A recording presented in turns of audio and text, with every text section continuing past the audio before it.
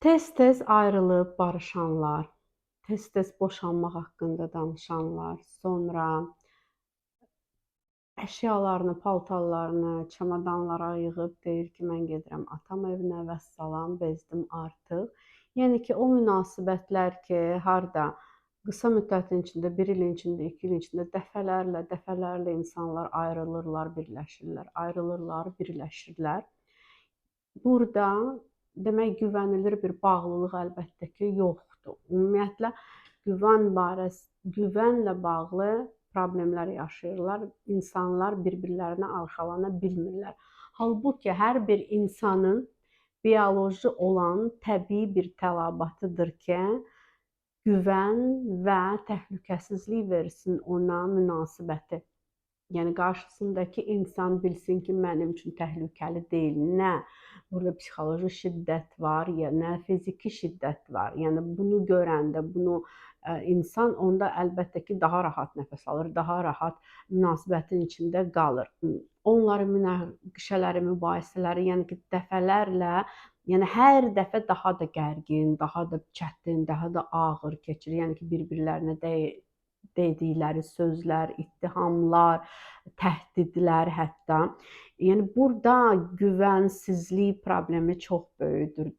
Deməli, bağlılıqlar müxtəlifdir. Düzdürmü? Bu Bowlby'nin bağlılıq nəzəriyyəsinə baxsaq, orada hansı bağlılıqlardan söhbət gedir? Bir, tam güvənilir bağlılıq, yəni ki, mövcuddur insanlar arasında. Qaçınan bağlılıq, təşvişli qaçınan, təşvişli bağlılıq. Kökündə bu insanların daxilində olan belə bir hiss var ki, bu cütlüklərin, yəni ki, bir-birlərinə yaxınlaşması, birləşməsi də əslində təbii olaraq heç də təsadüf deyil. İkisində də tərk edilmə qorxusu var. Hər ikisində də mövcud olan dərin bir qorxu var ki, dərin bir təşviş hissi var ki, məndən imtina edərlər, məni rədd edərlər, məni həyatından çıxardar bu insan. Və əlbəttə ki, daima bu bir-birlərinin bu travmalarını hər iki tərəf tetikləyir. Yəni hər iki tərəfdə güvənsizliklə, arxalana bilməmək ilə bir problem var. Düşünür ki, bu hər iki tərəf belə düşünür ki, gəl, onsuz da o məni gec-tez tərk edəcək. Onsuz da gec-tez bu münasibət pozulacaq. Bir var, mən gözləmədiyim bir vaxtda olsun, o mənim üçün daha ağrılı, acılı olar. O məni daha darmadağın edər. Nəinki mən özüm buna gəlib çatdırım, nəinki mən özüm elə bil ki, yavaş-yavaş bu həddə gəlim çatdırım, ya yavaş-yavaş, ya birdən-birə. Yəni mən bu insanı tutalım ki, bezdirim. Mən bu insanı həm burada bilirsiniz necə, burada əslində ikili oyun kimi olur. Bir tərəfdən qorxu var ki, tərk edər məni, gəl mən hələ əlimdən gələni eləyim ki, o məni tərk etsin. Bu bir, o biri tərəfdən də düşünür ki, bax mən bunları elədikcə həm də o insanın güvənini yoxlayır, sorğulayır. Görüm ki, mən bunu da etsəm, onu da etsəm, yəni ki, mən bu insana nələr etmiş olsam da yenə də yanımda qalarmı, yenə də məni tərk etməzmi? Yəni ki, burada həm tərk etmək üçün hər bir şey edir, həm o biri tərəfdən gözləyir ki, yox, bəlkə hələ mən bunları etdikcə mənə daha da qəşəng sübut olar ki, bizim münasibət möhkəm münasibətdir. Həm də ki, bu insanların əlbəttə ki, bilirsiniz necə, yəni belə bir terminlər son illərdə eşitmisiniz də yəqin, drama queen, mən deyərdim drama king, hələ burada fərqi yoxdur da, yəni ki, dramaların şahzadəsi, dramaların şahı.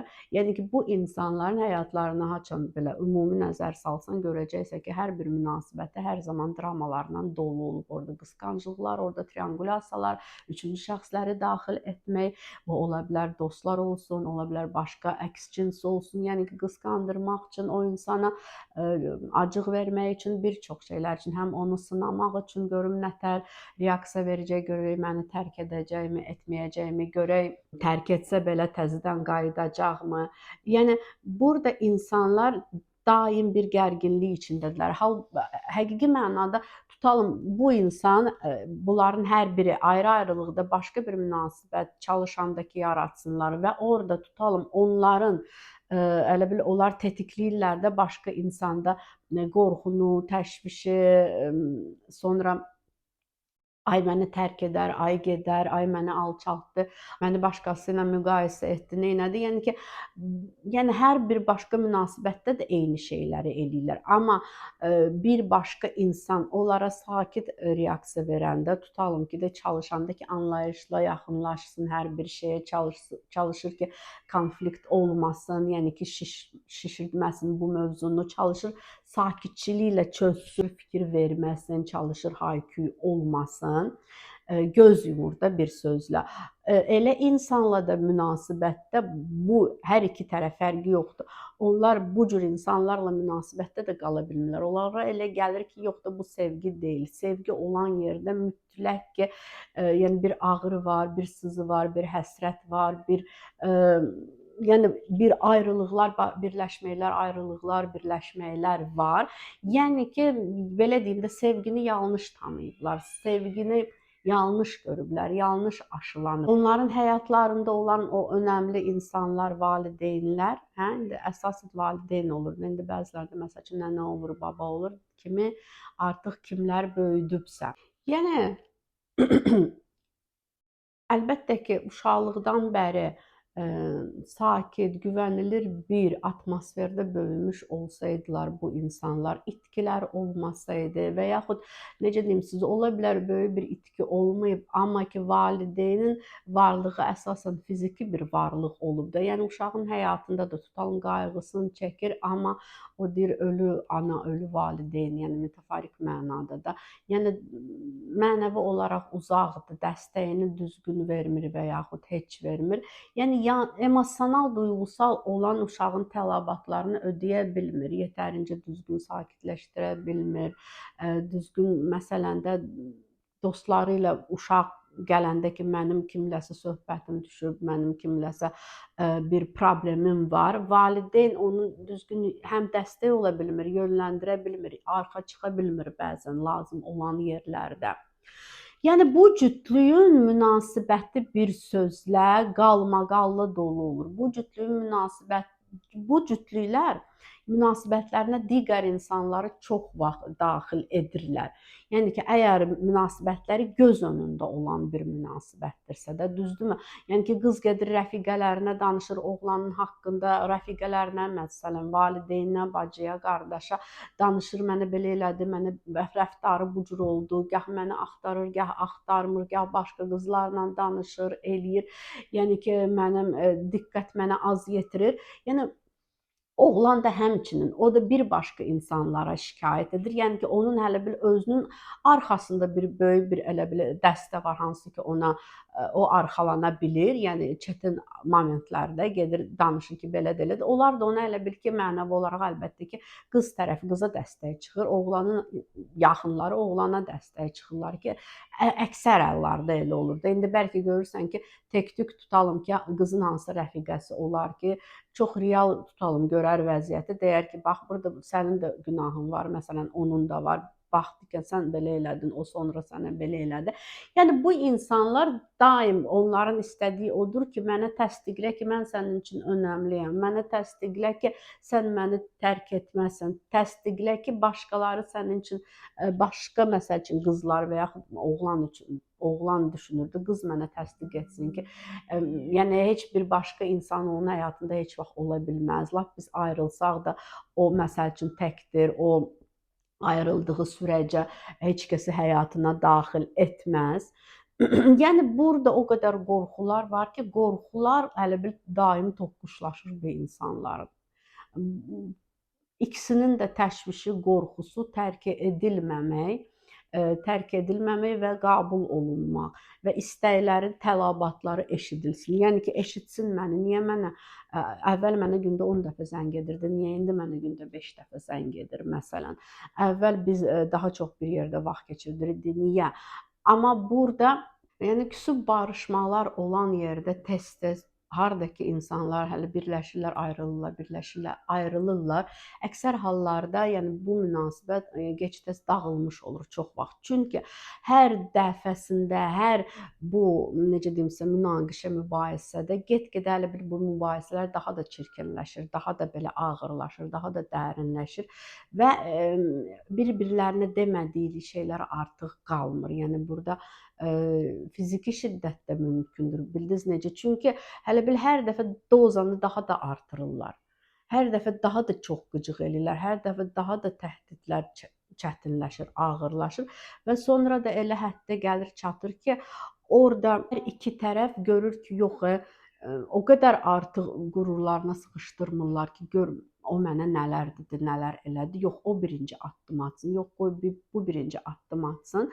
Və addım atmaqları gözləyə-gözləyə, məsəl üçün, həm o tərəf, həm bu tərəf yavaş-yavaş başlayırlar ki, ola bilsin ki, bir başqa insanlarla artıq münasibətlər yaratmağa. Yəni ki, olur ki, çox vaxt belə münasibətlərin içində ola-ola da o insanlar, yəni ki, ya bir tərəf, ya da hələ hər iki tərəfdən artıq o qədər dolmuş, o qədər bezmiş olurlar ki, bu enişli yoxuşlu olan münasibətdən ki, yəni bir sakitçilik, bir rahatçılıq axtarırlar deyə, yəni hədsiz çoxdur da. Artıq bilirsiniz necə, artıq gərgin günlər, gərgin vaxtlar bir ilə baxsan, yəni ki, saysan, hesablasan, o həmən günlər daha çoxdur.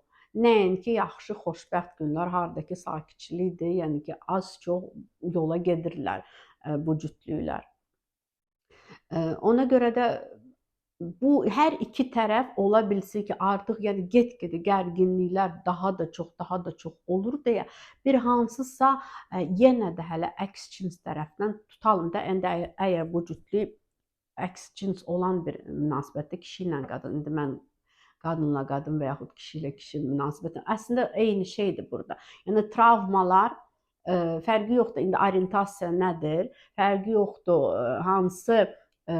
Hansı insanla intim münasibəti tərcih edir insan, həm cinsi iləmi, yoxsa əks cinslə? Onun əslində önəmi yoxdur. Yəni travma varsa, yenə də özündə olan travmaya oxşar bir travmalı insanı özünə çəkəcək. Yəni ki, bu maqnit kimidir. İstər-istəməz bu insanlar bir-birlərini çəkirlər və yəni nadir hallarda olur ki, bu münasibətlərdə insanlar bir-birinin travmalarına yaxşı gəlsinlər. Yəni hər dəfə bu bir-birlərinin travmalarını qanadırlar, hələ bir az sonra təzədən belə məlhəm sürtürlər. O sağalıb sağalmamış o travma yenidən o yaranın közünü qopardırlar. Yenidən o yaranı təzədən açırlar. O yara təzədən qanayır. Yəni münasibətin içində də gərginlik zamanla daha da çox olduqca əlbəttə bu səbəbdən insanlar daha da çox uzaqlaşırlar bir-birlərindən. Daha da çox uzaqlaşırlar bir-birlərindən və düşünürlər ki, hə, bu mənə uyğun insan deyil idi. Ümumiyyətlə belə cütlüklərə baxanda hər zaman yəni bilmək olur ki, bu əsasən kimlər arasında olur belə münasibətlər? Məsəl üçün narsist, borderline və yaxud borderline həm asılı və yaxud asılı şəxsiyyət pozuntusu və narsist. Düzdürmü? Yəni ki, ya da ki, belə deyim də, borderline ilə isterik şəxsiyyət pozuntusu və yaxud narsistlə isterik şəxsiyyət pozuntusu olan insan. Yəni bu antisosial şəxsiyyət pozuntusu deməzdim. Yəni ki, antisosial şəxsiyyət pozuntusunda çox daha hər şey şiddətlə belə çox sürətlə inkişaf edir. Yəni ki, çox narsistlər də əslində antisosial şəxsiyyət pozuntusunda da münasibət çox tez, yəni ki, çox tez insanlar birləşirlər, çox tez bir-birlərinə ay sənin üçün ölürəm, sənsiz yaşaya bilmərəm falan baş verir. Amma ki, yəni psixopat üçün, antisosial şəxsiyyət pozuntusu olan insan üçün, yəni ki, rahatdır da, kimlərinsə çox rahat tez ayrılırlar, bir başqasına keçirlər. Bundan ona, ondan buna. Yəni narsist də əslində onu edir, amma narsist məsələn geri qalan hansılar ki, geridə qalıb partnyorları, hər zaman onları nəzərində tutur. Görəsən hansı hələ də məni düşünür, hansının hələ də mənə qarşı hissləri qalıb, hansı hələ də mən tutalım, axtarsam, soralaşsam, tapsam, mənə hazır olar geri dönüş etsin. Yəni ki, bəzən bunu bilmək belə ona hələ bəs edir. Bir də görürsünüz, onlar darıxan zamanlarda, belə bir boşluqdadırlar da, sadəcə tutalım, 5 il bundan qabaq, 15 il bundan qabaq həyatında olan bir insana nəyisə bir xatırladacaq özünü ki, bir söhbət edəcək, baxsın ki, görsün ki, o onunla kontakta keçəcəkmi, keçməyəcək. Kontaktda mənimlə keçdisə, orada artıq o özünə deyə bilər ki, dəqiq artıq həmfikri bu insanın mənim yanımdadır. Halbuki ola bilər elədir, ola da bilər heç elə deyil. Baxın, belə münasibətlərdə olan insanlar, onlar üçün həyat belə mənasız, boş gəlir. Harda ki, münasibətdə drama yoxdur. Yəni münasibətdə dramalar varsa, daim də bu cür küsüb barışmaqlar, ayrılmalar, bir-birlərini incitməklər, alçaltmaq, sonra göyə qaldırmaq, sonra yeni yerə vurmaq. Yəni belə münasibətləri onlar həqiqətən də sevgi kimi baxırlar. Düşünürlər ki, sevgi budur, münasibət budur. Əsl, yəni ki, dərin bir, böyük bir sevgi budur. Yəni ki, harda ki, münasibətdə baxırlar ki, hə, sakitdir, bu insan mənə qarşı, ay çox elə də məni qısqanmır, eləmir, düşünəcək ki, yox, bu insan ümumiyyətlə heç məni sevmir. Bildiniz necə? Yəni orada hardakı sakitçilikdir, orada bu insanlar çox qala bilmirlər. Çünki artıq öyrəncəlidirlər ki, mənə yaxın olan insan, yəni burada valideyn üzərindən nə olursa baş verir. Bu bağlılıq yaranıb uşaqlıqda. Bu təşvişli, bu qaçınan, bu güvənsiz bir bağlılıq yaranıb uşaqlıqdan. Düzdürmü? Yəni valideyn tutalım, bəzən yaxşı davranıb ona, bəzən söyüb, bəzən alçaldıb, bəzən döyüb. Yəni bildiniz necə? Burada çox qatma qarışıq, qeyri-stabil valideyn olub mütləq. Yəni valideyn tam şərtsiz sevən bir valideyn çox belə qəbul edən valideyn olmayıb. Anlayışlı, yəni orada güvənilir olmayıb da, güvənilir bir münasibət olmayıb. Ona görə də güvənilir münasibət olmadığı halda uşaqlıqdan bəri bu aşılanmayıbsa, bunun içində böyüməyibsə insan, vəssalam, o hər zaman bir güvən problemi yaşayacaq. Yəni ki, arxalana bilmir. Düzdürmü? Arxalana bilmir və ona görə də hər zaman qeyri-stabildir emosional olaraq. Yəni durğusal olaraq o partlayışlar olur da hər zaman. Və belə insanlar tutalım, asılılıqlar mütləq ki, yəni burada nəyin üzərindən qurulur münasibət? Əlbəttə ki, yenə də dopamin, oksitosin, adrenalin, kortizol. Yəni ki, bu oksitosin qadınlarda daha çoxdur deyə, düzdürmü? Qadınlar ona görə daha çox vaxt belə qəbul edici, daha bağışlayan, daha keçən olurlar kişilərə. Yəni ki, əksər kişilərdə yəni oksitosin o dərəcədə deyil də, nə dərəcədə qadınlardır. Qadınlar, yəni ki, uşağa da qadını bağlayan nədir? Hələ oksitosinin yüksək olması. Yəni oksitosin haçan yetərincə olur, haçan çoxdur.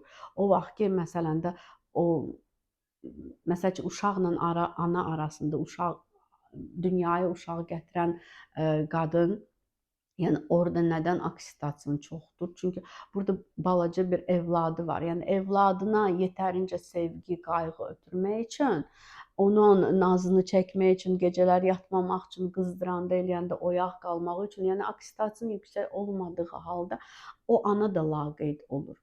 Oksitosin yüksək olduğu halda qadın uşaqların qeydinə qalır. Məsəl üçün, hələ tutalım da qonşuda kimsə xəstədir, qaçır, onun üçün nəyisə bişirir, eləyir, lap bu rəfiqədirsə, düzdürmü, valideyninə, qardaşa, bacıya, ona, başqa insanlara çoxdursa, deməli, burada həm əlbəttə ki, yəni ki, hələ duyğusal, emosional asıllığın yaranma səbəbi də hələ hormonal sfera olur. Və bu insanlar bir-birlərini tapanda, hələ bil həyatda da artıq rastlaşıblar, artıq neçə aydır, 1 ildir falan münasibətdədirlərsə, bir neçə dəfə bu cür ayrılıq, barışmaq olubsa, onların gözündə, onların düşüncələrində elədir ki, onlar elə görürlər ki, hə, baba, budur. Əsl mənə lazım olan insan budur, əsl sevgi budur.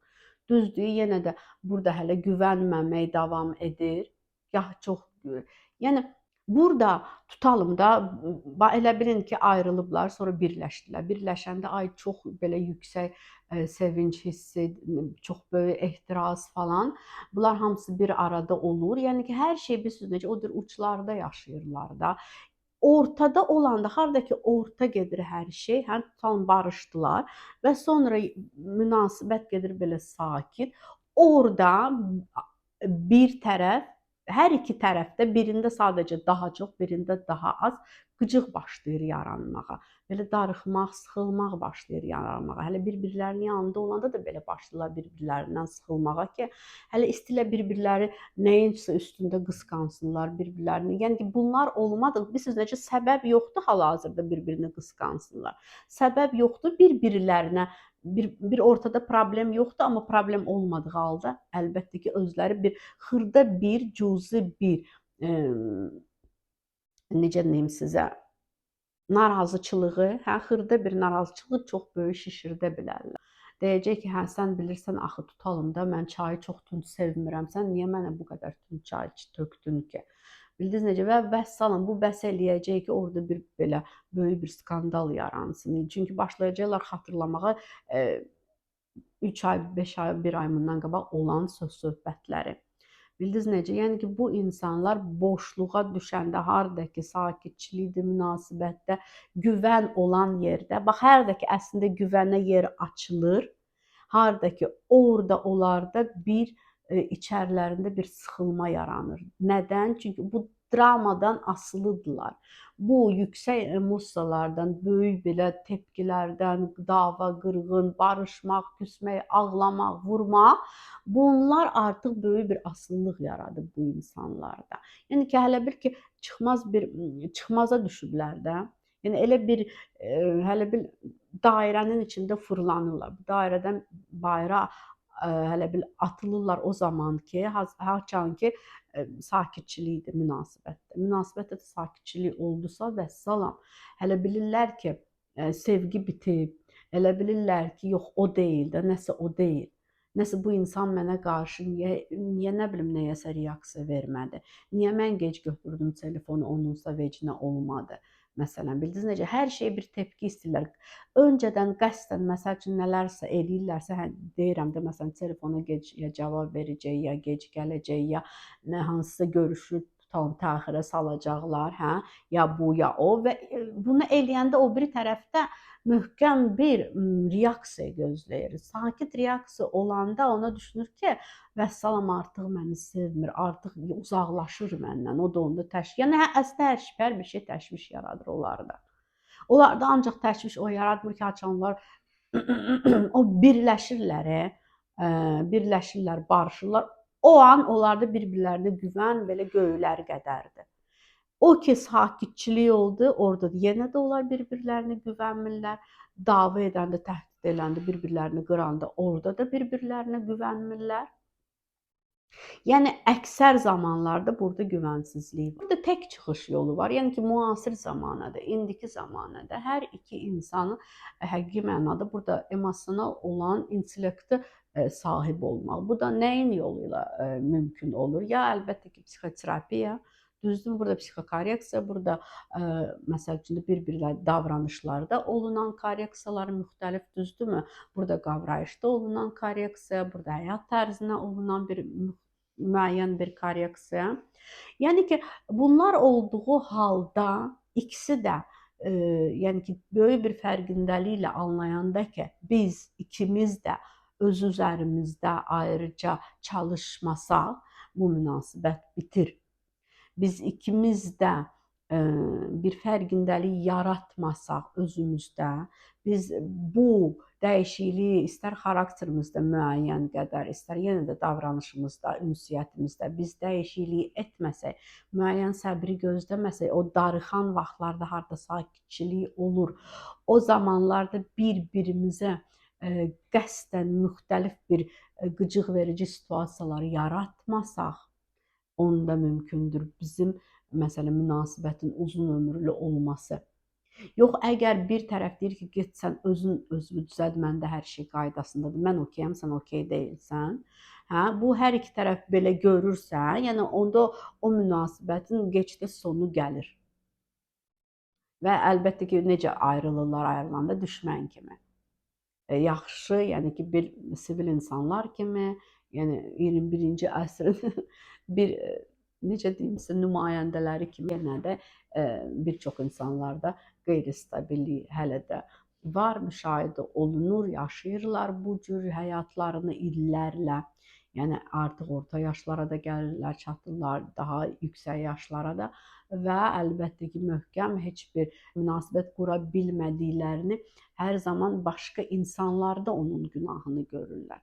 Halbuki həyatlarına alan insanlar da mütləq ki, əksər zamanlarda qeyri-stabil olub, özləri də qeyri-stabil olublar.